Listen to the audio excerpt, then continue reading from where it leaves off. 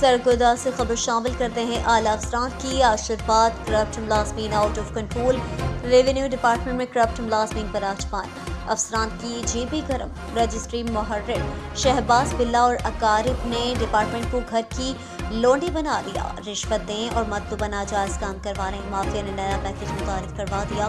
बदनामी ज़माना रजिस्ट्री मुहर्रिर शहबाज बिल्ला पर रिश्वत सताने की मुताबिक दरख्वास्तें सर-ए-समात हैं। आला का कारिंदा रजिस्ट्री मुहर्रिर शहबाज बिल्ला और साबिक सब रजिस्ट्रार ने सरकारी खजाने को करोड़ों का टीका लगा दिया। करप्ट अमले ने अफसरान के आशीर्वाद पर जून जुलाई में करोड़ों रुपए इकट्ठे किए।